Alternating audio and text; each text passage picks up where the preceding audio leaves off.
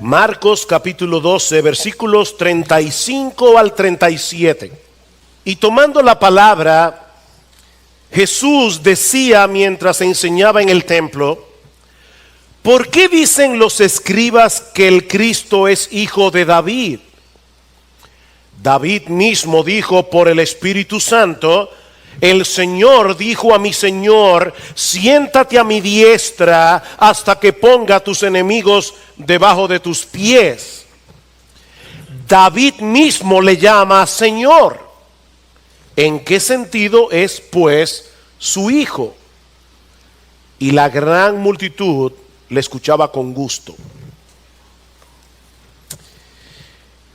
Hay ciertas cosas en la vida que podemos darnos el lujo de ignorar.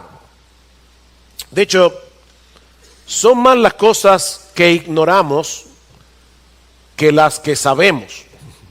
Es por eso que el filósofo y matemático francés René Descartes dijo una vez: daría todo lo que sé por la mitad de lo que ignoro. En otras palabras, la mitad de lo que ignoro es mucho más de lo que yo sé. Miren, nuestra ignorancia es tan grande que hay un montón de cosas que nosotros ni siquiera sabemos que no sabemos. Porque no sabemos. Y no hay problema con eso. Se puede vivir la vida ignorando muchas cosas. Pero hay algunas que de ninguna manera podemos y debemos ignorar.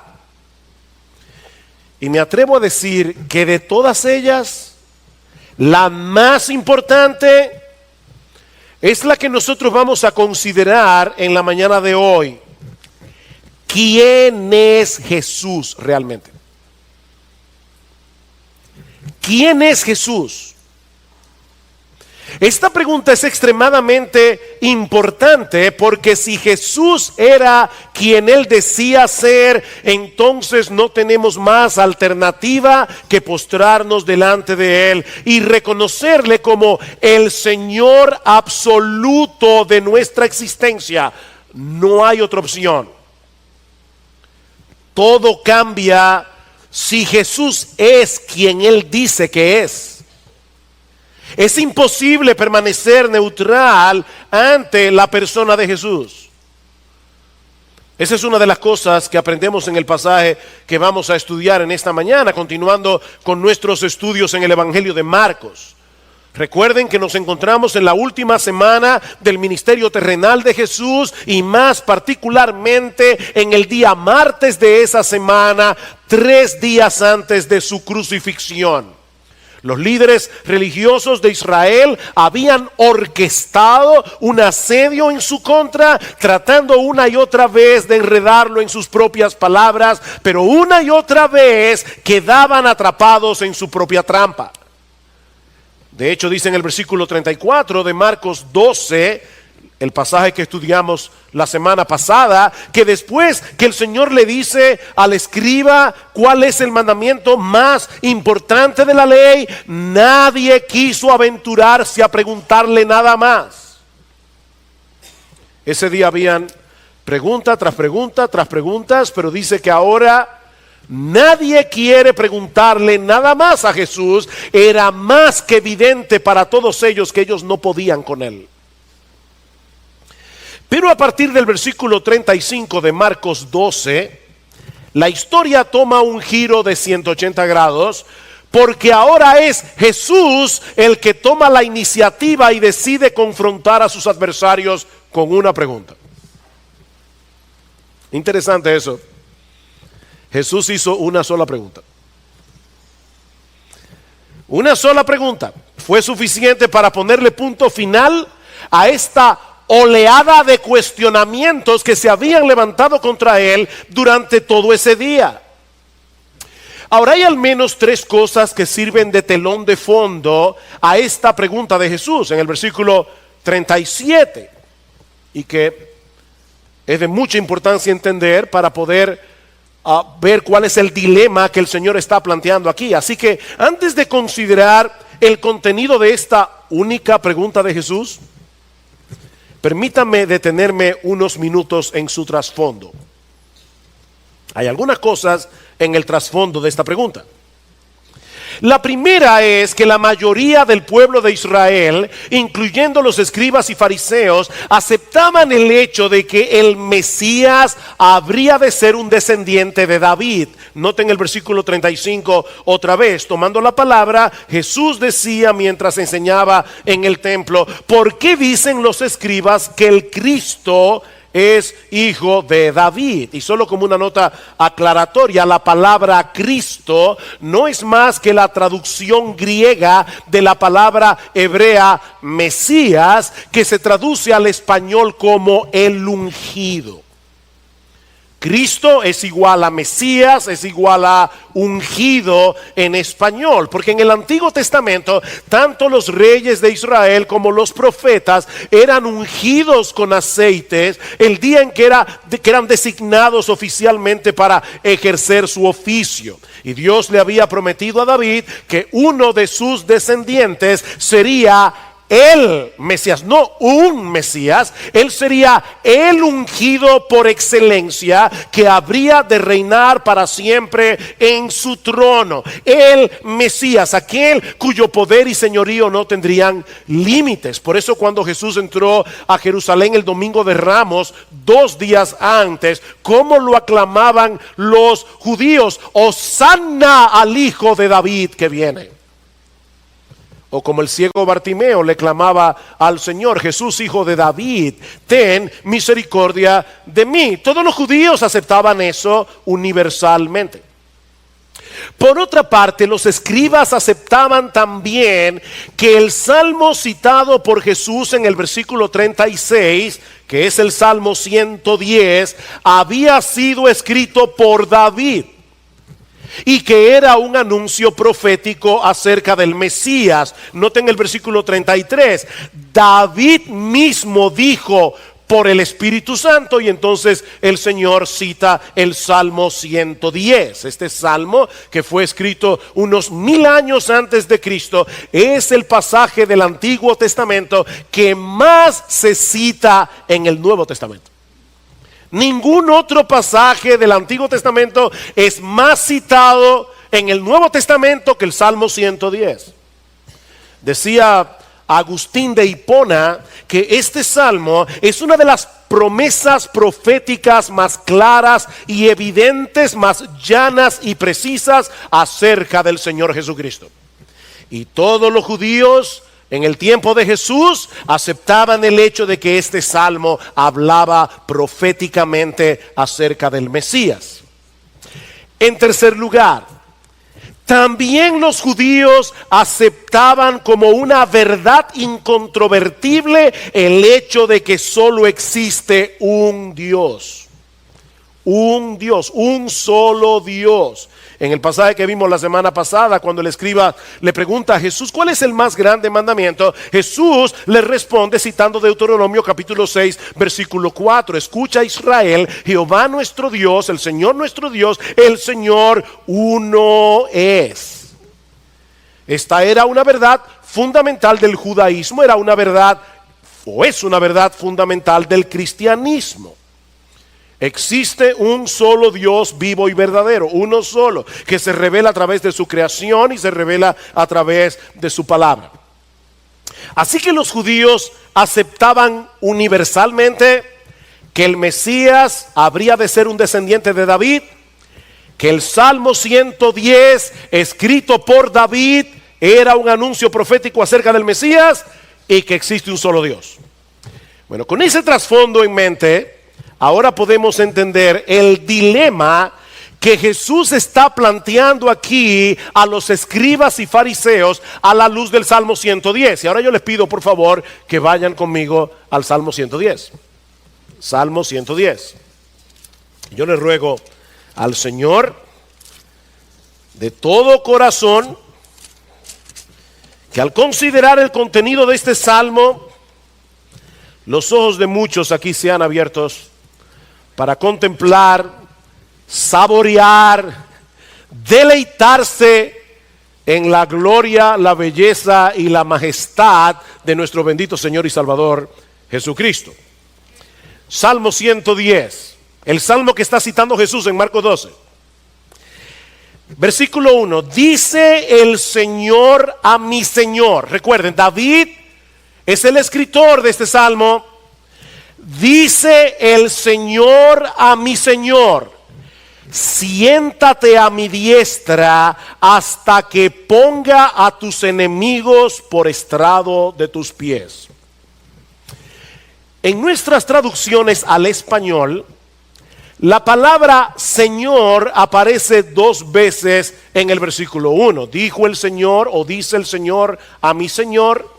Pero en el texto original que fue escrito en hebreo son 2 palabras distintas. La primera es la traducción del nombre propio de Dios, que algunas versiones traducen como Yahvé, otras versiones traducen como Jehová. Es el tetragramatrón, YHWH es el nombre de Dios, impronunciable, no tiene vocales en el hebreo. Yahvé, Jehová. La segunda palabra es Adonai. Adonai. Dice Yahvé o Jehová a mi Adonai. Esta palabra hebrea se puede traducir también como amo, dueño, señor, soberano. Señala a uno que ejerce control, a uno que tiene soberanía. Es por eso que esta palabra es usada frecuentemente en el Antiguo Testamento para referirse a Dios o incluso para conectarla con el nombre de Dios, como cuando dice Elohim Adonai, Dios el Señor, o Yahvé Adonai, Jehová nuestro Señor. De manera que lo que David está escribiendo en el Salmo 110 es una conversación privada que se le ha revelado a él entre Jehová, Yahvé, o como ustedes quieran pronunciarlo, y este personaje que todos los judíos identificaban correctamente como el Mesías, pero a quien David le llama mi Adonai. Dice Jehová a mi Adonai, a mi Señor. De ahí la pregunta de Jesús en Marcos capítulo 12 versículo 37. ¿De quién es hijo el Cristo? De David. Entonces, ¿cómo es que David, inspirado por el Espíritu Santo, le llama su Señor en el Salmo 110? Si el Mesías es un descendiente de David, ¿cómo es posible que el mismo David se refiera al Mesías llamándole su dueño, su amo, su soberano, su Adonai? No olviden, mis hermanos, que David era el rey de Israel. Él sabía que entre él y Dios no había ninguna persona de mayor rango. Por encima de David, el rey de Israel, solo estaba Dios. ¿Cómo es posible que David le llame al Mesías, uno de sus descendientes, su Señor, su Adonai? De hecho, esa es la misma palabra hebrea que aparece en Deuteronomio capítulo 6 versículo 4, que Jesús acaba de citar en el pasaje anterior de Marcos que estudiamos la semana pasada. ¿Recuerdan el Shema? Se llama Shema porque es la primera palabra hebrea de Deuteronomio 6, 4. Escucha, Israel, Jehová o el Señor nuestro Dios, el Señor uno es. Shema Israel, Adonai Elohenu, Adonai Echad. Es lo que dice el texto hebreo. David conocía esas palabras del Shema. Él sabía que hay un solo Adonai que gobierna el universo entero, el Señor nuestro Dios. ¿Cómo explicar entonces que el mismo David se dirija al Mesías llamándole Señor? llamándole Adonai, la misma palabra hebrea que aparece en el Shema.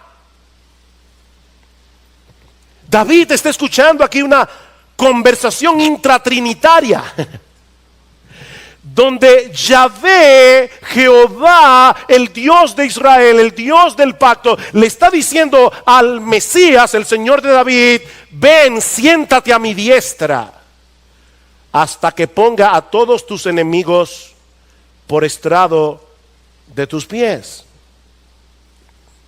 ¿Se equivocó David al llamarle Señor? Por supuesto que no, porque el mismo Jesús dice en Marcos capítulo 12, versículo 36, que Él escribió esas palabras, ¿por quién? Por el Espíritu Santo. Él escribió esas palabras por inspiración divina. Y de paso, noten, mis hermanos, el concepto que Jesús tenía de la Biblia. ¿Cómo veía Jesús la Biblia? David fue el escritor humano del Salmo 110, pero cada una de sus palabras fueron inspiradas por el Espíritu Santo.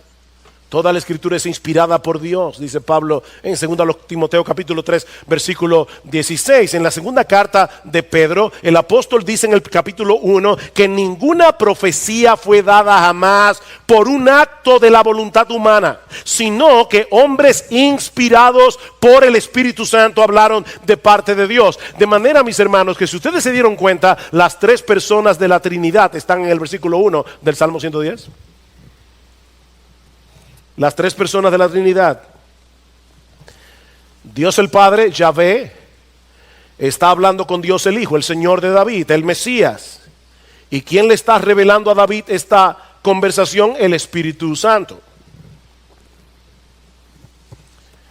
Los escribas leían este salmo, pero no podían entender el problema que este salmo representaba para su teología.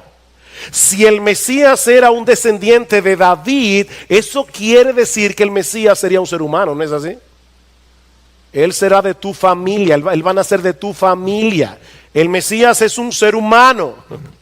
Sin embargo, no podía ser un mero hombre, porque David le llama su Adonai. Perdonen que insista en esto, pero es que es sumamente importante. David está reconociendo que el Mesías es una persona divina distinta del Padre, a quien el Padre mismo está colocando aquí en una posición de autoridad y de poder. Ven, siéntate a mi diestra, le dice Yahvé al Adonai de David, hasta que ponga a tus enemigos por estrado de tus pies. La diestra era un lugar de honor y exaltación, la diestra del monarca. Así que Dios le está confiriendo al Mesías poder y autoridad para que reine junto a él. No se trata de un asiento para descansar, es un asiento para reinar.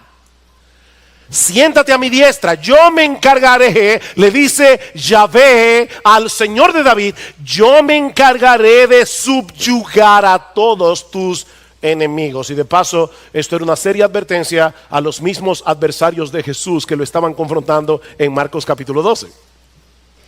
Yo me voy a encargar de poner a todos tus adversarios por estrado de tus pies. Mientras el Adonai de David permanece sentado en el trono, en su lugar de honor, Jehová, Yahvé, el Dios del pacto, le promete someter a todos sus enemigos debajo de sus pies. Tarde o temprano, todos tendrán que reconocer que Jesús es el Señor, de un modo o de otro.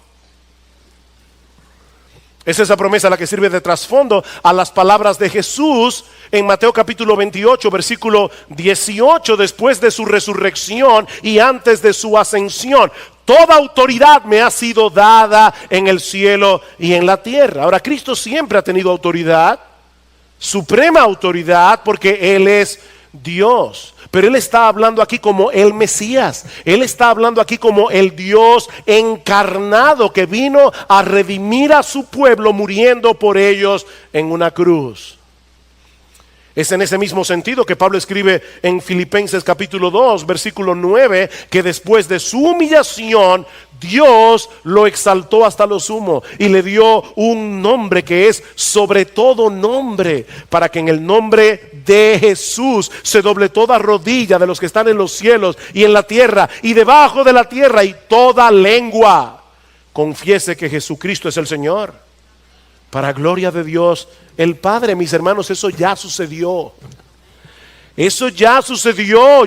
No estamos esperando que el mundo dé su voto a favor de Cristo. No. No le estamos rogando a los hombres, por favor, hagan a Cristo Señor. No. Él es Señor.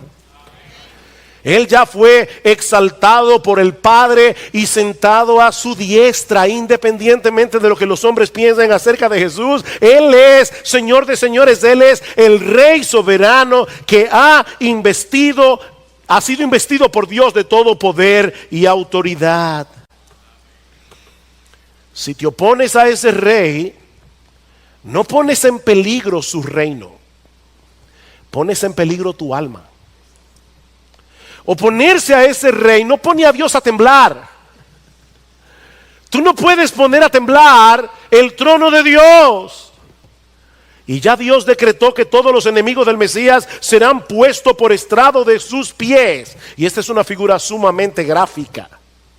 Cuando Josué venció a 5 reyes cananeos en Gabaón, dice en Josué capítulo 10 versículo 24 que él llamó a los oficiales de su ejército y les ordenó que pusieran sus pies sobre el cuello de estos reyes, diciendo: hemos vencido, hemos vencido. Mis hermanos, Cristo reina. Él es Rey de reyes y Señor de señores, porque Dios mismo le confirió esa posición de honor y autoridad al sentarlo a su diestra en los lugares celestiales. He ahí entonces la solución del dilema planteado por Jesús en Marcos 12:37. Por fin, ¿cuál es la relación entre David y el Mesías? ¿Es su hijo o es su Señor? Sí. ¿Es su hijo o es su Señor? Ambas cosas a la vez. Porque como hombre en su naturaleza humana, Jesús desciende de David. Tanto María como José, que era su padrastro realmente, los dos descienden del linaje de David. Pero Jesús no comenzó a existir en Belén, en el establo, cuando nació de la Virgen María. No, como persona divina, Él no tiene ni origen ni final. Él es la segunda persona de la Trinidad que decidió asumir una naturaleza humana para salvarnos, y por lo tanto Él es infinitamente superior a David. Es por eso que en Apocalipsis capítulo 5, versículo 5, un texto que es uno de mis favoritos en todo el Nuevo Testamento. Algunos de ustedes ya no me van a creer porque hay muchos textos favoritos, pero este es uno de mis favoritos en el Nuevo Testamento. Juan, el apóstol, en una visión simbólica le llama a Jesús el león de la tribu de Judá, la raíz de David. ¿La raíz de David? En su naturaleza humana, Jesús vino después de David, 1000 años más tarde. Sin embargo, aquí no dice que David es la raíz de Jesús. No, Jesús es la raíz de David. Porque no es David el que le confiere gloria y majestad a Jesús. No, es Jesús el que hace honorable el linaje de David. El linaje de David es importante porque Jesús es uno de sus descendientes. En toda la historia de Israel no hubo un rey más grande que David. De hecho, él siempre fue el parámetro. Decían, fulano de tal reinó, pero no fue como David. Porque David era el parámetro. Pero el Mesías que provino de David es infinitamente superior, porque Él es el soberano absoluto del universo. Toda autoridad me ha sido dada en el cielo y en la tierra. Mi amigo, déjame decirte algo. Probablemente tú has ido a muchas iglesias donde has visto a Jesús colgado de una cruz. Olvídate de esa visión. Jesús no está colgado de una cruz, está sentado en un trono. Él es soberano. Hace poco me enviaron por WhatsApp la historia de una mujer que estaba pasando por una situación económica muy difícil. Así que esta mujer llama a una emisora de radio cristiana, el locutor decide ponerla al aire y ella explica que no tenía ni siquiera cómo darle de comer a sus hijos y que ella pedía oración, ella quería que Dios la socorriera. Un ateo estaba escuchando el programa, así que quiso burlarse de esta mujer.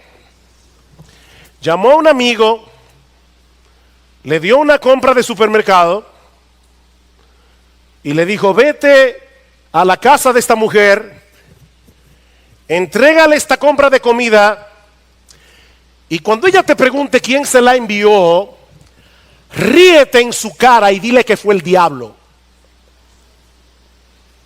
Que fue el diablo que se la envió. El hombre toma la compra de comida, va a la casa de esta mujer y por supuesto ella recibe esta donación con mucho gozo, con mucha gratitud. Dios había escuchado su oración. El tipo entonces le pregunta en un tono burlón: ¿y usted no quiere saber quién le envía todo esto? Ella le dice: no, señor, solo quiero que le envíe mi profundo agradecimiento a quien haya sido.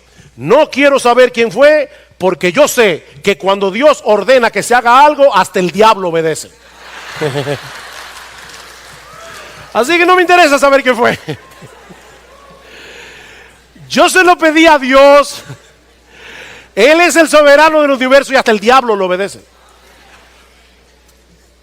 Mis hermanos, Cristo reina. Él está sentado a la diestra de Dios en los lugares celestiales, como dice Pablo en Efesios capítulo 1 versículo 20, y por cierto citando el Salmo 110, sobre todo principado y autoridad y poder y señorío.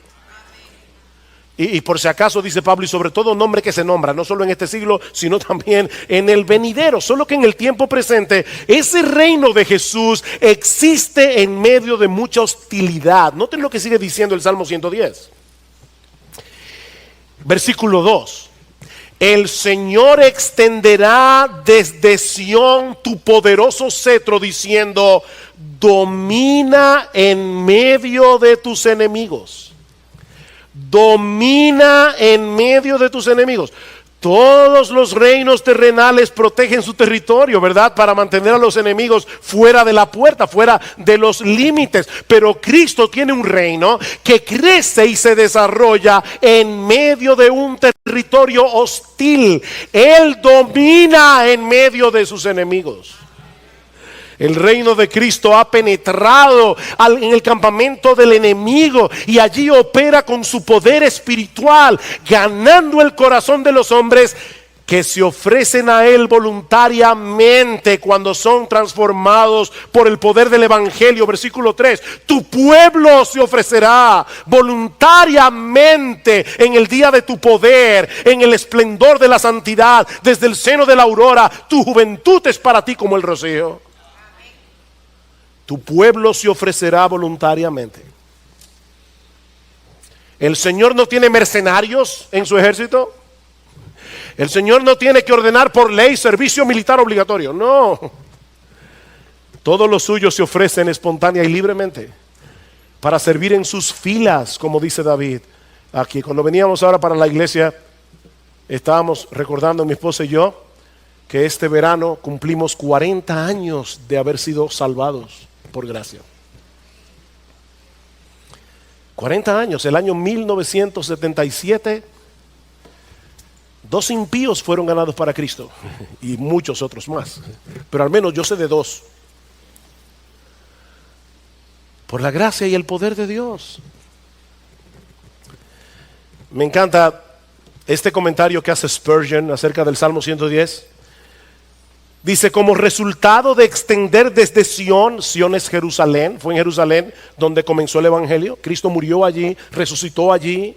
Dice, como resultado de extender desde Sión esa vara de su poder, es decir, el poder del evangelio, una gran multitud de seguidores correrá para alistarse bajo su bandera. Son su pueblo desde tiempos eternos, y tan pronto su poder se revele, se apresurarán gozosos a tomar posesión de su heredad. En el momento en que escuchen la llamada del evangelio, surgirán como el rocío surge por la mañana. ¿Qué es lo que dice el Salmo 110?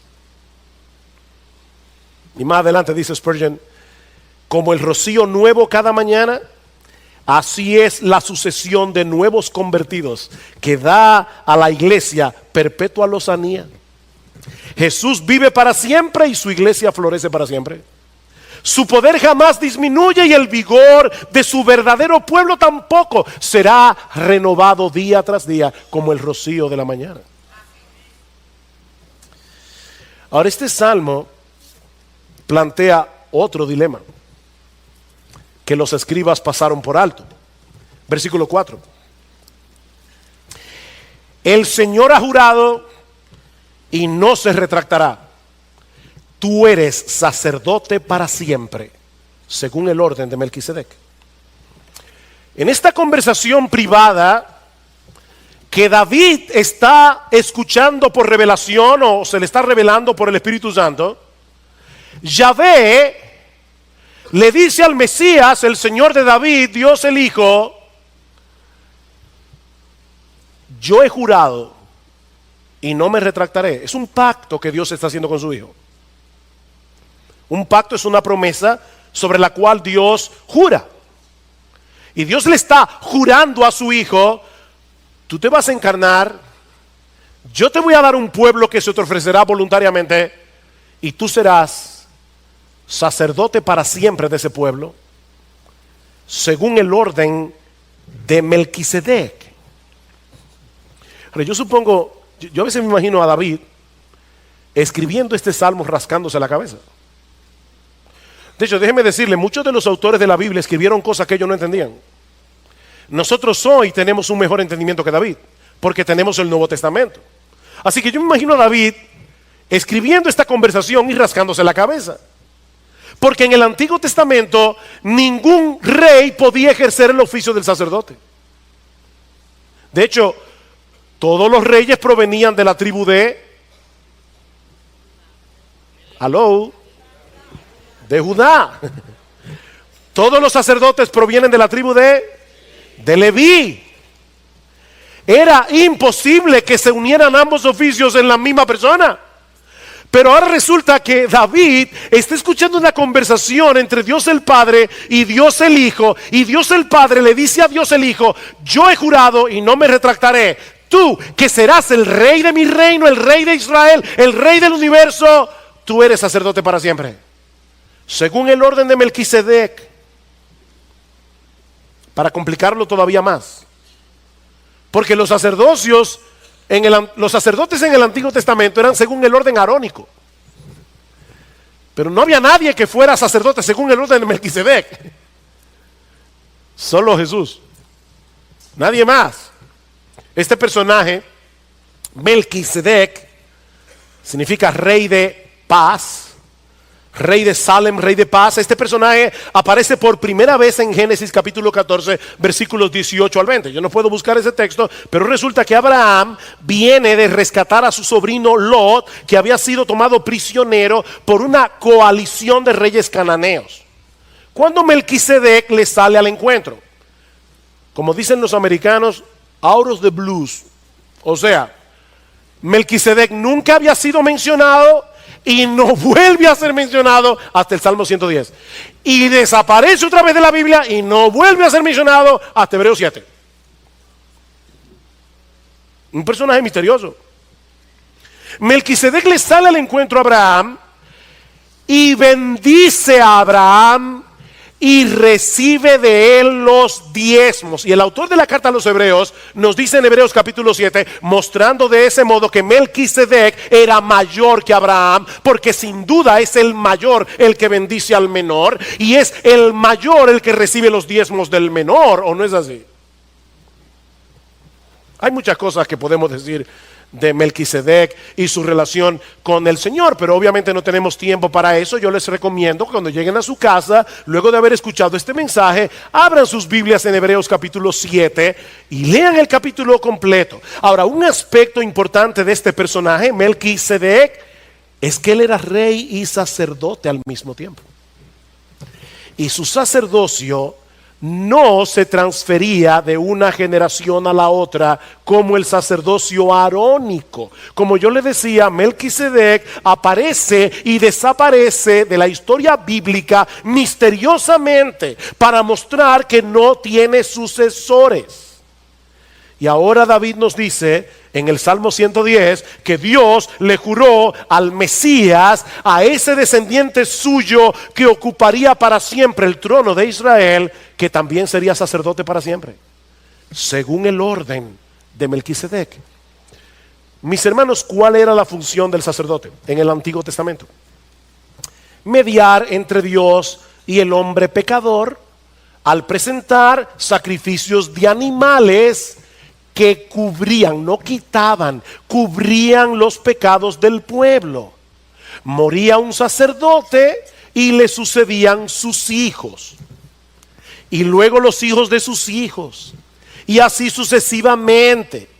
Durante cientos de años, un sinnúmero de sacerdotes presentaron miles y miles de corderos en el altar para expiar los pecados, hasta que aparece Jesús en el escenario de Israel y Juan el Bautista lo presenta como el Cordero de Dios que quita el pecado del mundo. Sacerdote y cordero al mismo tiempo. La cruz del Calvario fue el altar donde nuestro sumo sacerdote se presentó a sí mismo como ofrenda para expiar de una vez por todas los pecados de todos aquellos a quienes él vino a salvar. Es por eso, mis hermanos, que ya no se necesitan más sacerdotes, no se necesitan más sacerdotes, ni se necesitan más sacrificios. Porque el Mesías fue designado por Dios como sacerdote para siempre, según el orden de Melquisedec, para presentar el sacrificio definitivo en la cruz del Calvario. Todos los corderos sacrificados en el Antiguo Testamento no eran más que un anticipo de ese bendito Cordero de Dios que quita el pecado del mundo. Mis hermanos, vayan conmigo a Hebreos capítulo 10.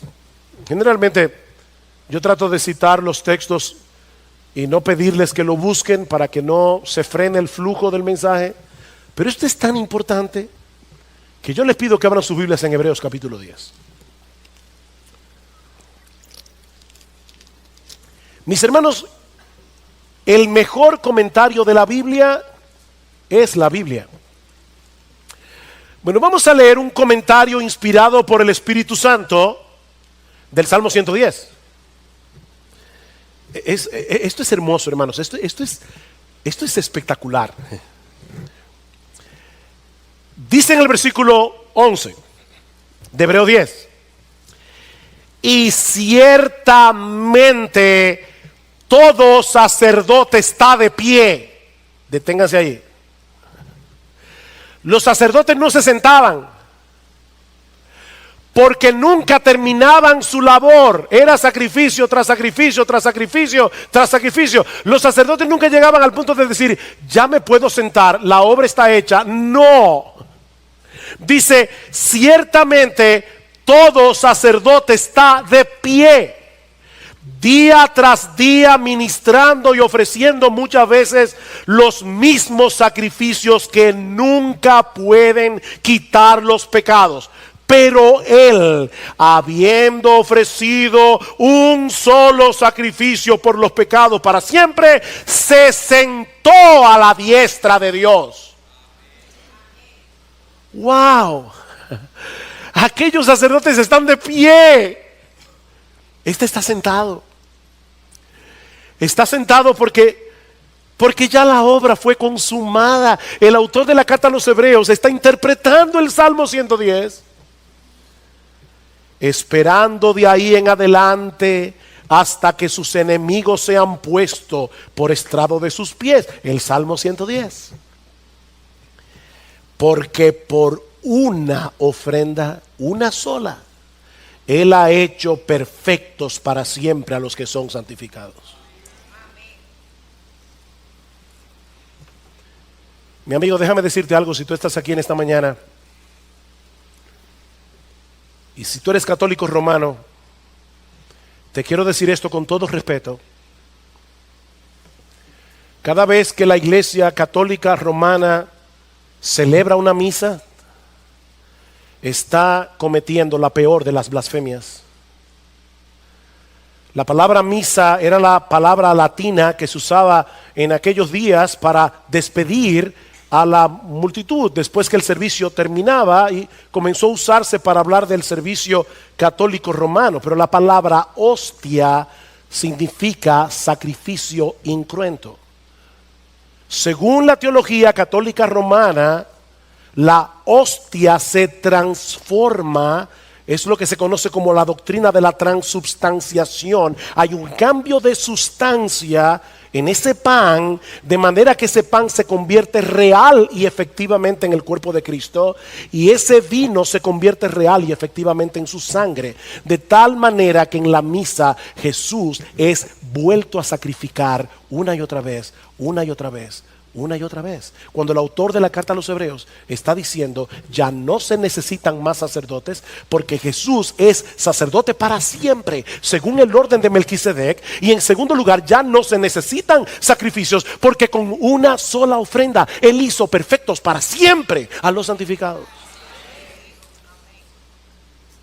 Sí, yo sé que no es políticamente correcto decir ese tipo de cosas desde el púlpito,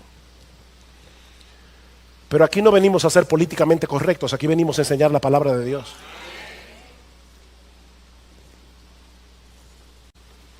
Mis hermanos, qué privilegio tenemos nosotros de tener a Cristo como nuestro rey y sacerdote. Qué privilegio, como rey nos gobierna por encima del pecado remanente. Nuestro rey gobierna en nuestro corazón. Él nos defiende de nuestros enemigos. Él es nuestro rey. Pero nosotros somos débiles todavía. El pecado todavía mora en nosotros, pero tenemos un sacerdote en los cielos. Un sacerdote que intercede por nosotros ante Dios, como aquel que satisfizo plenamente las demandas perfectas de su justicia. Y cada vez que nosotros pecamos y el acusador de los hermanos nos acusa en el tribunal de Dios, mira los tuyos, Jesús muestra sus manos y pies traspasados y dice, sí, pero yo pagué por eso. Yo pagué por eso. Es por eso que no puede haber otro Salvador. Es por eso que no puede haber otro mediador fuera de Jesús, porque nadie puede igualar sus credenciales en la corte divina. Nadie. Y nadie pudo haber presentado delante de Dios un sacrificio como el suyo. Hay un solo mediador entre Dios y los hombres, Jesucristo hombre. Él es nuestro rey, Él es nuestro sacerdote. O para ponerlo de otro modo, Él tenía que ser nuestro sacerdote para llegar a ser nuestro rey. Porque nunca habríamos podido someternos voluntariamente a su señorío sin haber sido perdonados y reconciliados con Dios. Mis hermanos, Él compró para nosotros arrepentimiento y fe en la cruz del Calvario. Queridos hermanos, nuestro Mesías es un rey lleno de gloria. Nuestro Mesías es un rey lleno de poder, lleno de autoridad, que decide voluntariamente hacerse hombre y humillarse hasta la muerte para que los suyos puedan someterse a Él gozosa y voluntariamente en el día de su poder. Eso es lo que distingue a un verdadero creyente de uno que no lo es. Muchos pueden decir que son cristianos, Pero Cristo dice en Mateo capítulo 7, versículo 21, no todo el que me dice Señor, Señor entrará en el reino de los cielos, sino el que hace la voluntad de mi Padre que está en los cielos. Muchos me dirán en aquel día, pero Señor, Señor, en tu nombre no echamos fuera demonios, en tu nombre no profetizamos, en tu nombre no hicimos milagros. Y entonces les declararé, yo nunca os conocí, apartados de mí, hacedores de maldad. ¿Por qué me llamáis Señor, Señor y no hacéis lo que yo digo? Tu pueblo se ofrecerá voluntariamente en el día de tu poder. Todos los creyentes que estamos aquí hoy, una vez estuvimos del otro lado de la verja, junto al grupo de aquellos que se oponen al Mesías con todas las fuerzas de su ser. Pero ¿saben qué, mis hermanos? Él soportó con paciencia nuestra rebeldía. Él soportó con paciencia nuestros pecados, hasta que un día nos atrajo, nos llamó por medio del Evangelio, obrando en nosotros el querer como el hacer por su buena voluntad. Y eso es lo que ha estado sucediendo a través de los siglos. Jesús ha estado salvando pecadores. Y de hecho, personalmente creo que esa fue la intención de su pregunta en Marcos 12:37. Yo no creo que Jesús estaba tratando de confundir a los escribas y fariseos. Yo creo que Jesús estaba ayudándolos a entender la verdadera naturaleza del Mesías. ¿Saben para qué? Para que luego de su muerte, de su resurrección y de su ascensión, algunos de ellos vinieran al arrepentimiento y a la fe. De hecho, en el libro de los Hechos, en el capítulo 6, versículo 7, dice que muchos sacerdotes obedecían a la fe.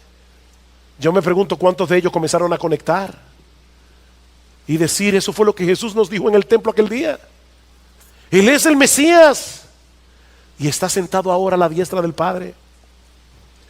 Pero lamentablemente, una vez más, quedó evidenciado que no hay más ciego que el que no quiere ver.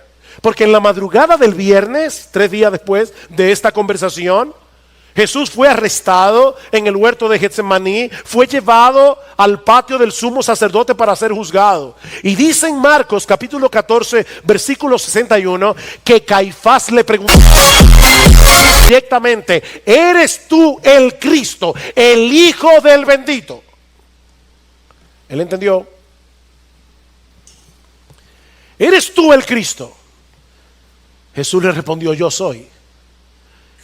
Y veréis al Hijo del Hombre sentado a la diestra del Padre, Salmo 110, viniendo con las nubes del cielo. Caifás le hizo esa pregunta porque parece haber entendido el planteamiento de Jesús en Marcos 12:37 a la luz del Salmo 110.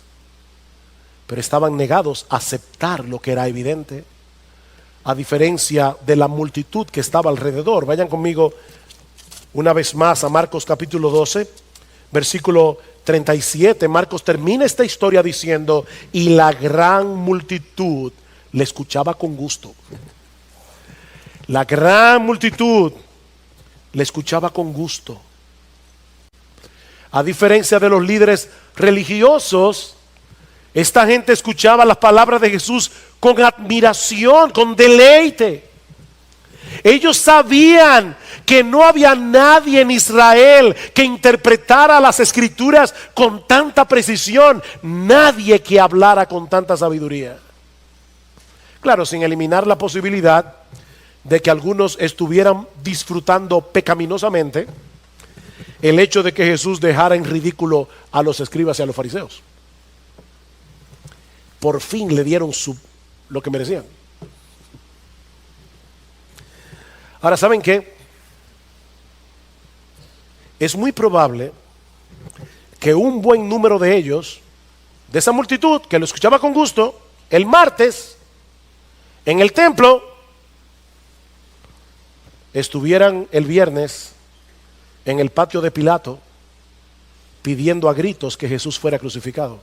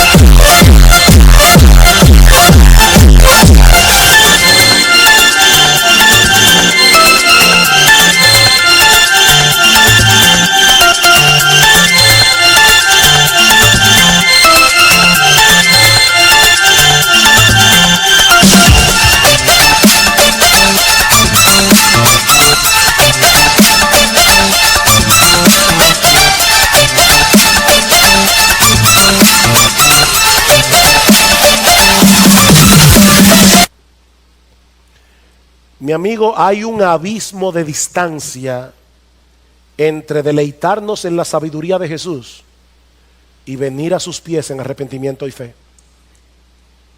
Hay un abismo de distancia.